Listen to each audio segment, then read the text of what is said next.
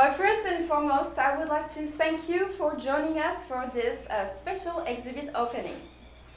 So this evening, you are in for a treat because we're not having just one exhibit opening, but two exhibit openings. The Maple Leaf, the American Civil War shipwreck, and coming along, we have a companion exhibit. It's an art exhibit featuring 13 local artists, each inspired by underwater archaeology and shipwrecks. Now let me share a little backstory.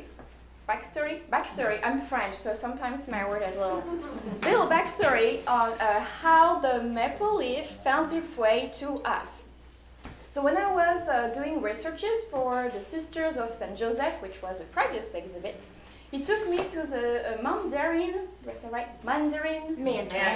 thank you, Museum in Jacksonville. And as I was there, I discovered this beautiful room about the maple leaf. So I encourage you to go, it's very beautiful. And I found out that they don't have all the artifacts. Some of them are part of a traveling exhibit in Tallahassee, and it's part of the Trex program. So that's how it ended up here.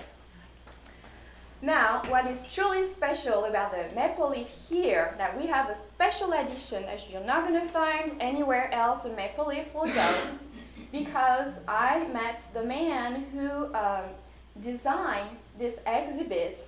I'm talking about back to the 90s. This man is called John Locastro. He couldn't be here tonight, but he shared with us. He lives in Fiorentina. Forget this part. He's from here, and he's going to share with us for 3 months the early sketches for the exhibits, the design of it. Now, this exhibit will not be here without the generous support of 2 longtime members of the museum, so I think we can give them a warm round of applause.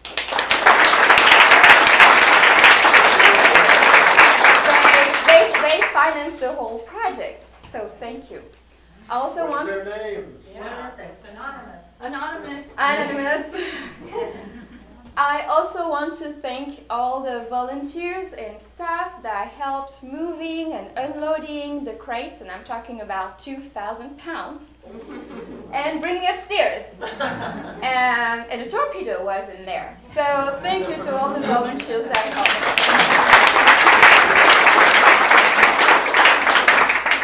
I have one last thing to say, that if we are able to have the Maple Leaf exhibits today, it's thanks to one man, and you're going to meet with him in a few seconds.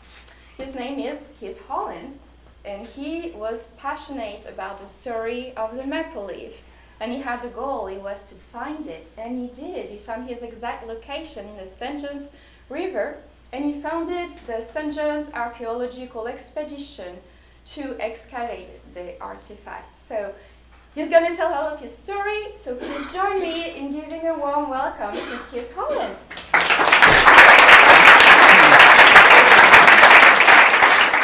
Thank you very much, such a nice group. I haven't actually, I used to do a lot of public speaking, but I haven't really given one in probably 2 decades. But when I heard that John Locastro was going to speak about the exhibit and called and found out about the Trex exhibit, because he and I were both responsible for building it. I mean, my company got state funding, and we allocated some of that state funding to produce a traveling exhibit. And this upstairs, it's the first time it's come to Jacksonville like this. And so I'm particularly proud in it, and it looks nice. I've seen it. I think you're going to enjoy it. And what I'm proposed to do tonight, since I'm not going to present a formal presentation, I'm going to show a 7.5-minute video that will really give you a good overall view of Maple Leaf and how significant she is and how important. Can you hear me back there? Yes.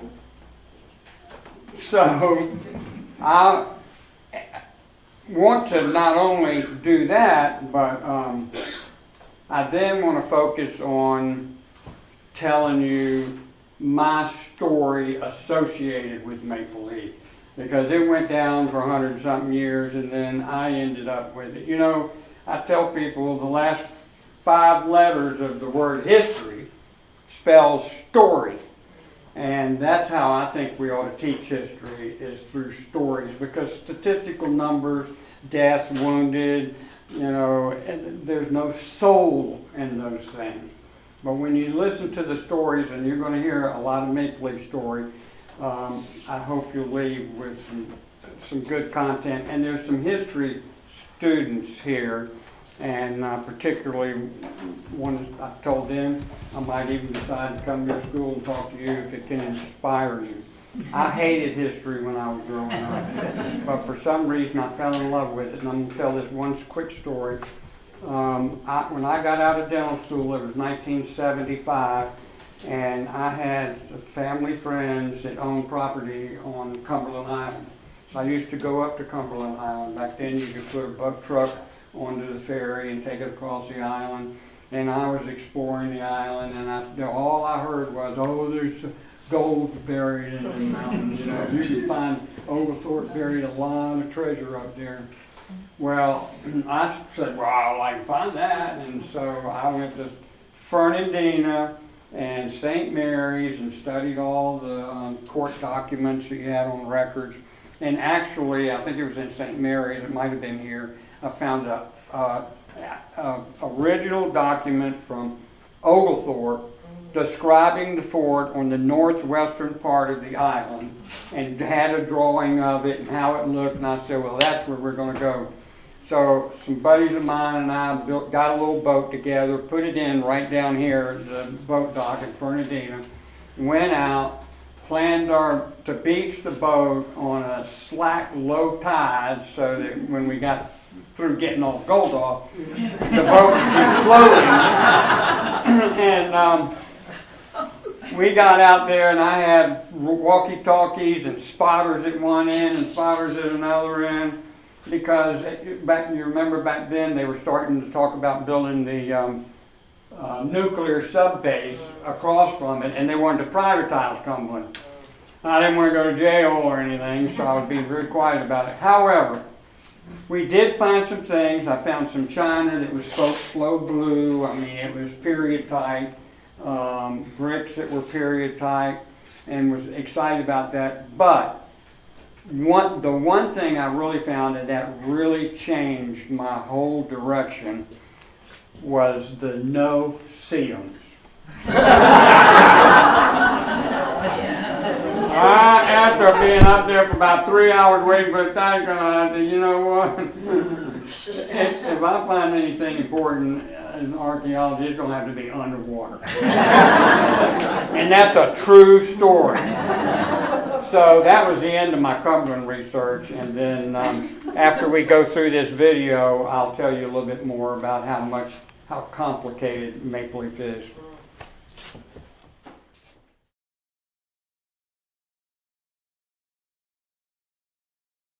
At 4 o'clock in the morning, directly off the point of Mandarin, Maple Leaf struck an explosive instrument of war and sank onto the soft, muddy bottom of the St. Johns River.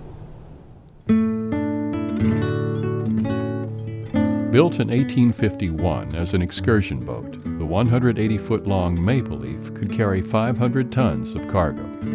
When the Civil War began, she was leased to the United States Army as a transport ship. In 1864, after the Union defeat at the North Florida Battle of Olustee, 3,000 troops were quickly brought from Folly Island, South Carolina, to Jacksonville to aid the retreating army.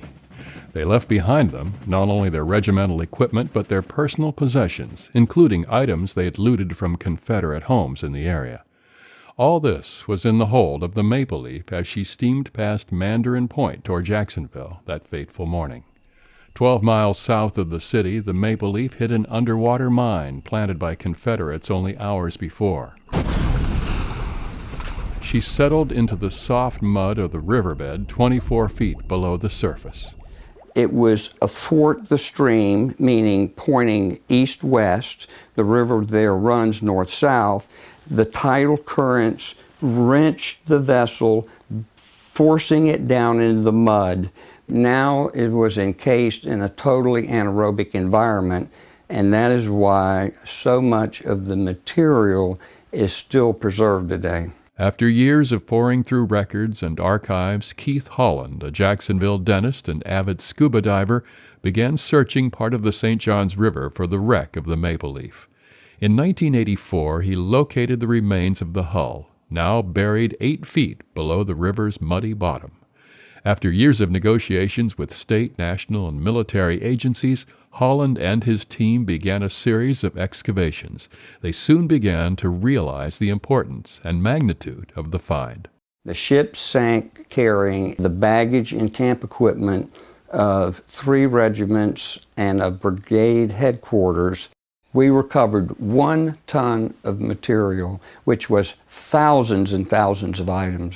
But Army records indicate the ship was loaded with 400 tons of cargo, making the murky water south of Jacksonville home to what is easily the world's largest collection of Civil War cultural artifacts. The cargo of the Maple Leaf, the baggage of an entire Union brigade, is a tremendous time capsule from the middle of the American Civil War. We have cannons from the Civil War, and swords from the Civil War, and even uniforms. But what does a Civil War toothbrush look like?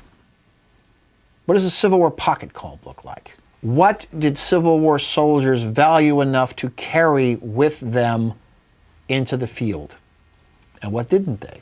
Every morning we have documentation where they would get up and go out to the shore of Folly Island and collect seashells and then place them in their trunks, hopefully to send them back home so they could decorate their mantle when they return. Musical instruments, drumsticks, flute, fifes, and in beautiful condition. One gentleman lost 3 swords. One was a ceremonial sword, which is a very big deal. All the members of his company pitch in and buy a commemorative ceremonial sword. Some of the most beautiful finds are household items, most likely collected by the soldiers on forays into the Confederate-held countryside around Charleston, South Carolina. We know for a fact that they spent some time traveling south of Folly Island and raiding several plantations in that area. We found doorknobs, hinges to doors, window panes. One item that I would love to live long enough to see, it would be a pigeonhole desk, which is where the 13th Indiana and the New York Regiment placed all of their written documents and letters that were important about the war. All that material was lost in the hull of the Maple Leaf, and we already know for a fact that even paper can survive. But Holland and his team did recover a host of other beautifully preserved military artifacts. That catch is absolutely priceless to understanding what the experience of being a soldier in the Union Army from 1861 to 1865 was like. Each soldier kept his personal possessions in a wooden box with his name painted on the lid. The boxes recovered from the Maple Leaf are filled with both everyday items and small treasures. It's very easy to forget that the Civil War was about people, caught up in what was, for most of them, the greatest experience of their life. For thousands of them, the last experience of their life. Most of the people involved in the Civil War have never had a voice. They didn't keep journals, they didn't write letters, or they haven't survived. That material from the Maple Leaf gives us a window onto their lives, what they valued, what they believed in. But with such a wealth of cultural treasure on board, it's hard to understand why the world so quickly forgot about the Maple Leaf after she sank, leaving her cargo completely undisturbed for the next 125 years. It was just one of those tragic things that occurred during the war, but it was not the Monitor, it was not a USS naval ship, it was a transport, and there was very little recorded about it. The Maple Leaf shipwreck was declared a National Historic Landmark in 1994. No other excavation has been done since then. But Kieth Holland still marvels at the sheer magnitude of his discovery. And how are you ever going to remove 800,000 pounds of cultural material and conserve it? It's not practical. It has to be done in cycles. The next generation will have to excavate the next time.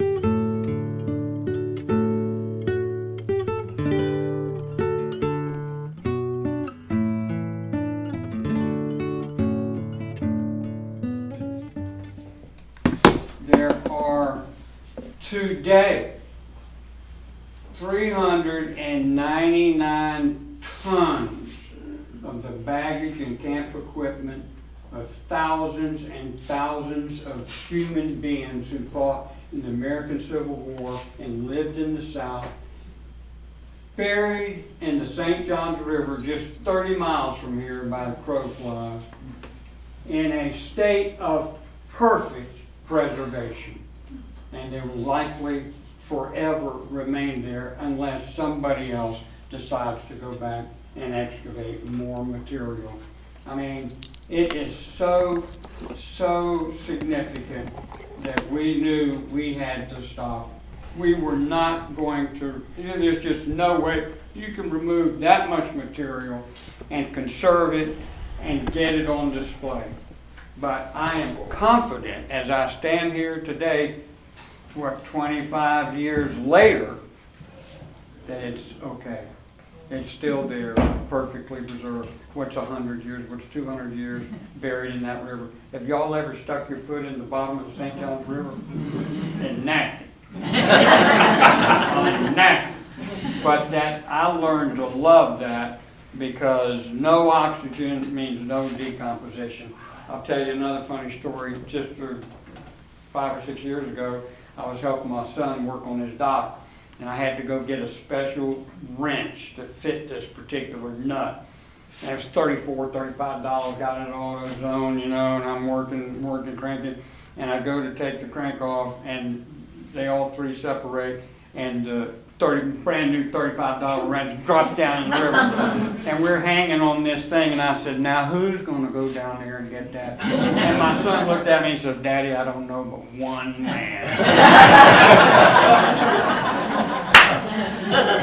Well, I did get it. Now, I want to take an opportunity to get you all to know me and hear my story. If you have any questions, I can tell you it doesn't matter what phase it is. The problem with giving speeches about Maple Leaf, you can't make them too organized because it is so convoluted, so complicated. It involved math, it involved science, it involved conservation, it involved recovery, it involved diving, decompression schedules, diver concession, zero visibility, no, you can't see a thing. You could take lights down there and put that light right on your helmet and not see anything. It was a massive undertaking, and then once that stuff came out, they had to be treated with electrolysis, with freeze dryers, with polyethylene glycol, chemicals taken care of. And then once it was restored, we had to, it wouldn't do any good just to have them restored and sitting around, so we had to make exhibits and build exhibits. There's the Mansion Museum is a premier exhibit, but one of the first exhibits we built is upstairs that we're going to go see in a minute. And I'm going to go with you, and we can talk about the artifacts and what's up there. But that Trexexhibit, John LeCantro designed it, and we assisted him and had the artifacts, and we gave it to the state of Florida. And it has been hundreds of thousands of people have seen it. It's traveled out of state, it's traveled to Wisconsin. He's going to give you a report on where all it's gone, but it's been a blessing. Yes, ma'am. Could you give us more details about how you found the ship? And Yes. how did you excavate the mud? Well, I'm going to how did I find it and how did we excavate it? The first thing I did was I hired a researcher in the National Archives. I was looking for it, okay, but I didn't really know where it was. And she would send me a bill for $300, they didn't find anything. And she'd send me a bill for $300, they didn't find anything. Well, that went on for 2 or 3 months, and I was thinking, you know, but finally, she did find a file that was in the judicial branch of the National Archives, not the Department of Army or the quartermasters. And it appears that the Maple Leaf was, the owners sued the United States of America for the value of the ship once it blew up. Now, that tipped me off. You know, now I had contracts with the Corps and things like that that I could talk, you know, look into. So then I took an infrared photograph, and I ordered one from the the Navy, or it was old infrared photograph from 20,000 feet of the Mandarin area. And then I had an 1883 river chart showing an obstruction where the Maple Leaf should be. Then I made a photographic slide of each about in the same area. I took 2 projectors, y'all know what I mean by projectors, slide projectors, and I put them on a screen and adjusted the image, and so I got them as close to where they fit each other. And then I was able to go up to the 1884 chart that showed an obstruction. It didn't say Maple Leaf, it just showed an obstruction. So there was something sticking up out of the mud? No, well, it's a navigational chart, and I wanted to alert the people that if you're running a steamship up here, there's a little area over here that you might run into something. And then I was able to take the 1984 infrared photograph, and I could draw a line from that mark to Club Continental, to that mark to Buckman Bridge, to that mark to you know, an area. And so what I started realizing was that I was getting angles, and that I should be able to figure out distances. And then I remembered that this must be trigonometry. I can remember in 11th grade or 9th grade or 10th grade saying, this is a waste of my time. But fortunately, my sister majored in math, and she was able to give me a much faster crash course in trigonometry. And then I learned to take a sextant and turn it sideways, and I could get those angles, and the next thing you know, I was sitting right on top of it, and then found it. Of course, I put scuba gear on, go down there, and now I'm not talking about it to everybody, because I'm thinking this is going to be a big deal. I'm going to make a killing on it.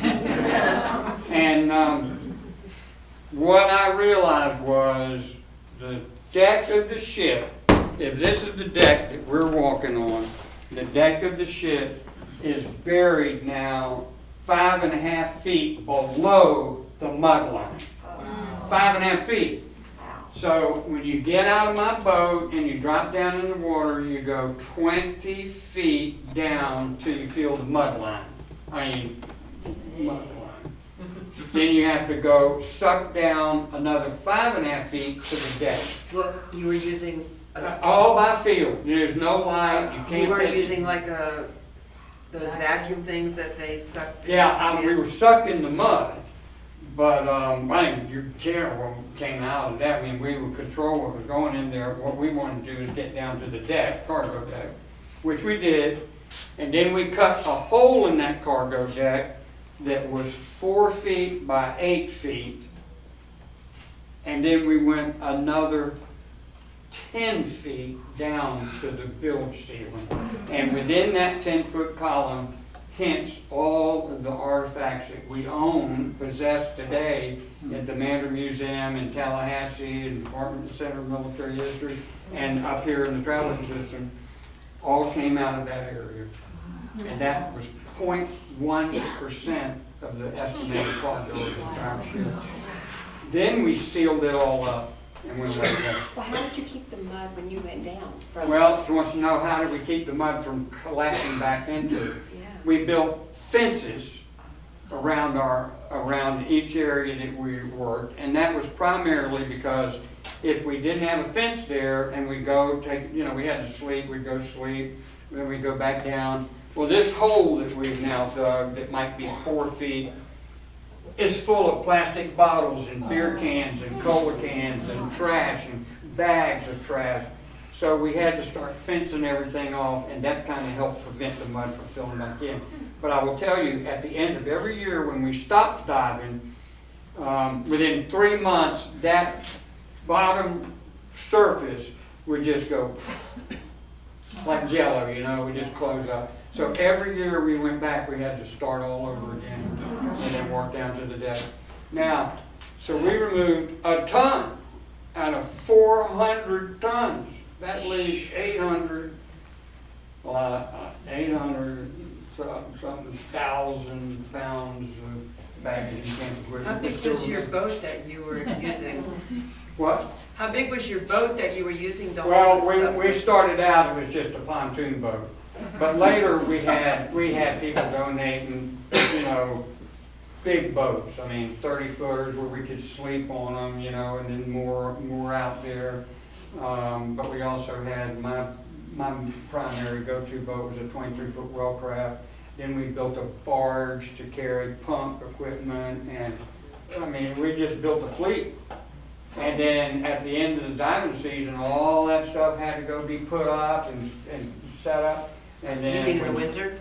Yes, during winter time. And then we brought it all back out and went back out to work. And we did that for a decade, 10 years. How many people were working with you?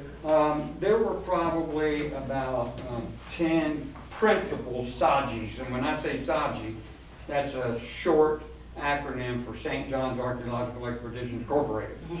So the SAGIs, there were about 10, and they were pretty dedicated, and they would show up. But they never got paid a dime.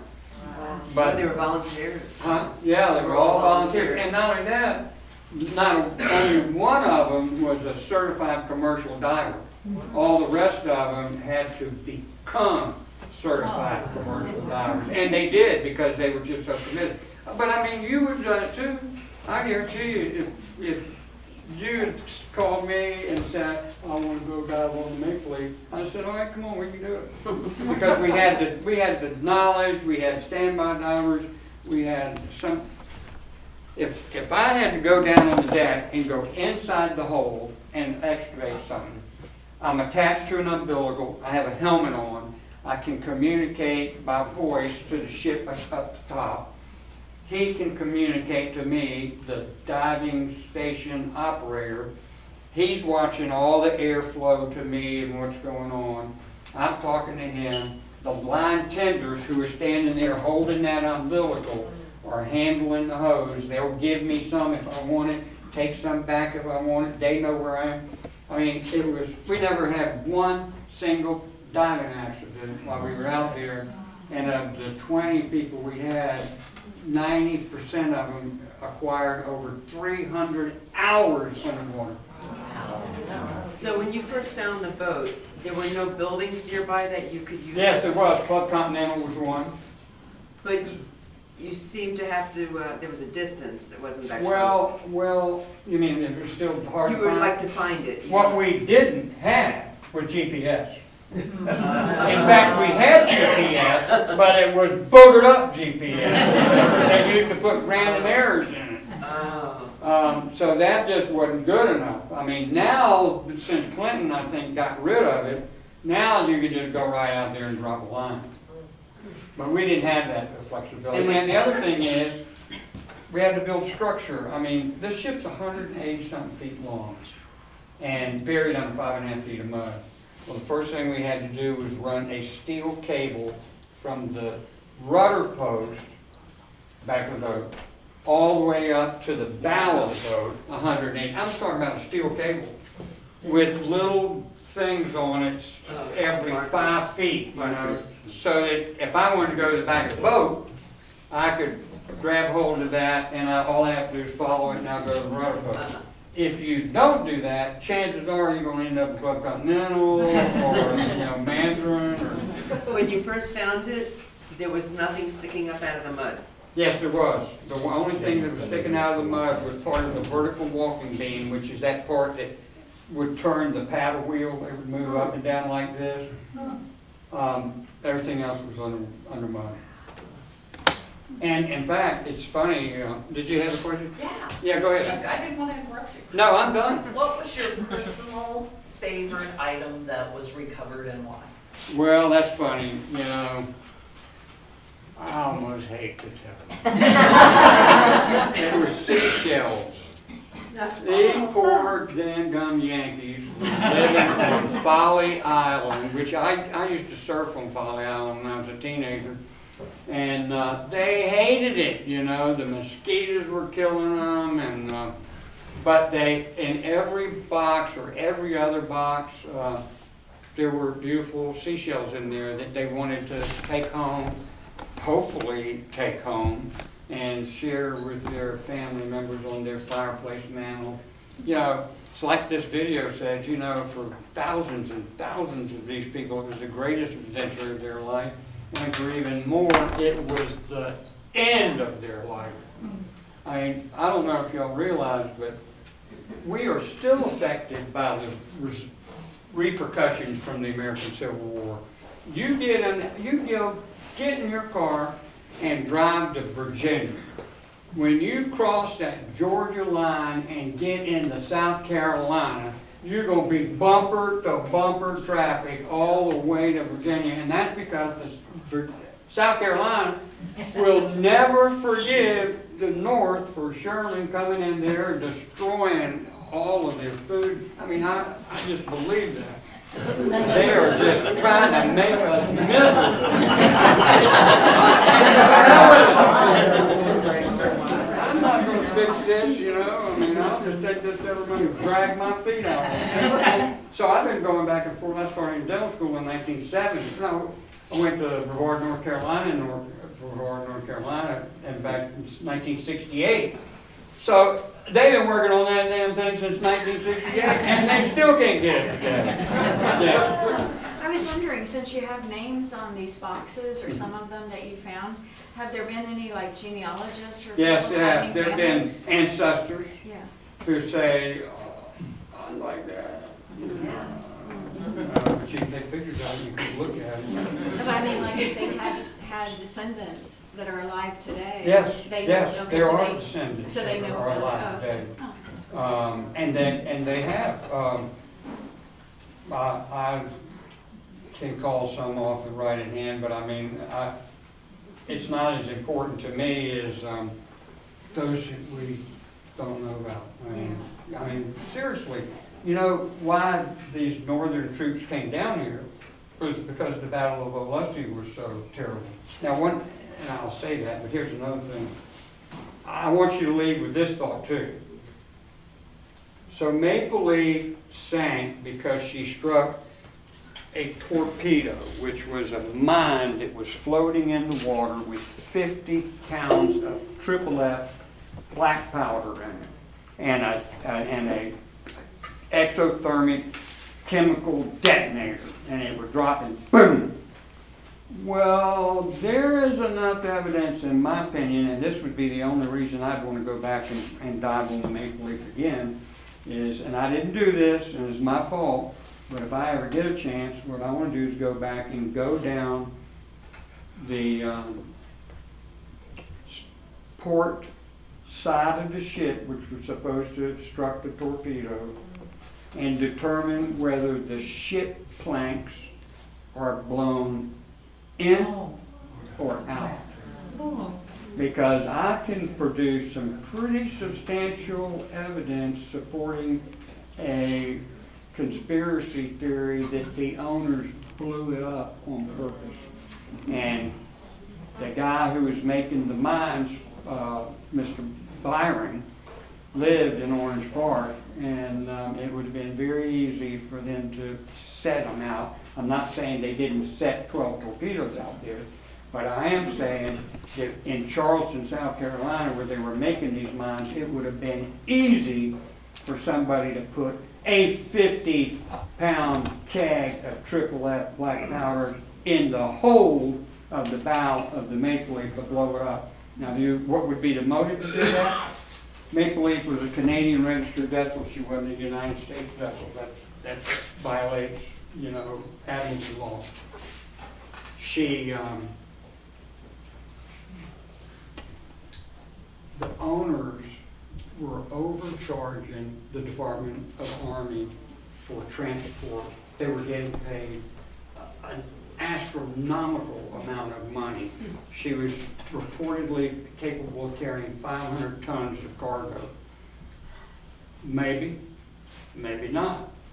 In some cases, you're not supposed to count. All you're supposed to count is the deck. Anything above the deck, you can't count. And if they counted more than that, then the quartermasters had her at 500 tons. When she was placed in the water in 1851 in Canada, she was recorded as 200 and something tons. Now there is a difference between tonnage in Canada and American, but it ain't 300 tons. So, I don't know. It would have been so easy to do that. And if anybody ever gets ready to go down there, that's the first thing I'm going to say, go down there. And if those planks and that deck, which they'll be right where they were, if they're blown out like this, everything's different. Everything's wrong. And they actually ended up suing the government and taking them to the Supreme Court, or trying to, for more money. And the government said, you made 3 times what you bought the ship for, and we ain't paying you a dime more. And there was the end of it. Yes? Do you think it's sunk further into the mud since you last? No. No, there is that muck is so fine. There is a point where the engine and the heavy metal and all that, it's going to reach equilibrium. I mean, it won't float in water, but it will float in that muck. And it's also possible that the actual bottom of the boat is really sitting on the limestone foundation. When we got down, so let's say that's the deck up top, okay, and we cut a hole in it. And it's 10 feet, this may be 10 feet from there down, maybe a little over. But it's 10 feet from the deck that you'd be walking on down to the bilge ceiling. And so this would be all the cargo space right here. When we got down to the bilge ceiling, I could feel cold water blowing through the bilge. I mean cold spring water, which meant we had to remove so much silt and cargo that we started a flowing spring. Now, when we quit, I'm confident that it just goes, that mud just goes, this slump stuff and flows it. But that's a good point. I mean, but who's going to go back? I don't know. It's going to take. Where's Scott? Scott's going to go back. Maybe. It's going to take somebody young to do it. And believe me, if I'd have known what I was going to get into, this is for Scott. This is for LeCastro. Oh, okay. Is he here? John? No, he's there. Okay. Scott is in high school here. What's the name of the school? Yulee High School. And he's here from the history club. I don't think history is his favorite subject, is it? But I never thought much of history, when I was in school. But I tell you what, by golly, once I got out, I've read Bernard Diaz, Conquest of Mexico 3 times. I mean, who does that? The Lewis and Clark expedition 2 times. I mean, once you start reading and you've got time to do it and enjoy it, I mean, you can go anywhere and do anything. Maple Leaf, and I like the fact that she's still there, that it's not over. It's just beginning. Now, why don't we go upstairs and take a look at the exhibit? Can we do that? No more questions? Anybody else have any questions? I'm going to go up here with you.